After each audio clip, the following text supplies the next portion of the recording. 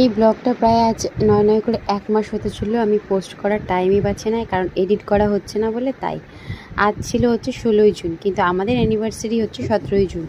আর এখানে আমার দিদিরা মিলে আর বৌদি মিলে সারপ্রাইজ দিয়েছে আমাদেরকে। আমাদের বাড়িতে আগের দিন অনুষ্ঠান ছিল, পুজো ছিল, তাই আমার বাড়ির লোক এসেছিলো। তাই সবাই মিলে আমাকে একটা কেক উপহার দিয়েছে।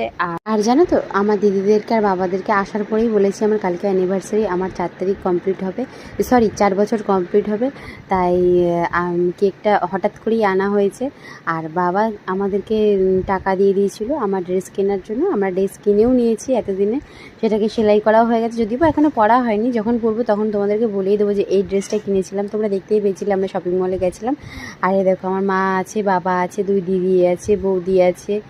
আর এপাশে হচ্ছে দিদির বৌদি বলছি, দিদির ছেলে, বৌদির ছেলে। এপাশে রাজা বসে আছে, আমার শাশুড়ি মাও ছিল, আর শ্বশুর বড় বাজার গেছিলো বলে এখানে